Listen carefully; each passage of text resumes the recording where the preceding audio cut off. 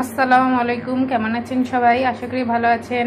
আজকে বড়ি মাছ বেগুন দিয়ে আলু দিয়ে ঝোল করব, সেটাই আজকে আপনাদের সাথে শেয়ার করব।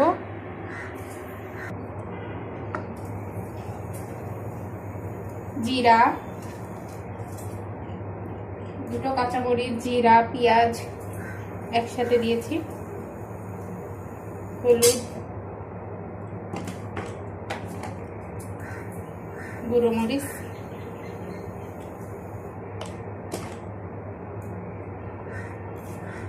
লবণ,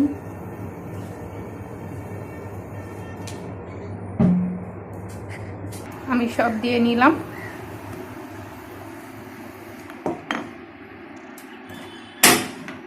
এখন আমি তেলের উপরে দিয়ে দেবো।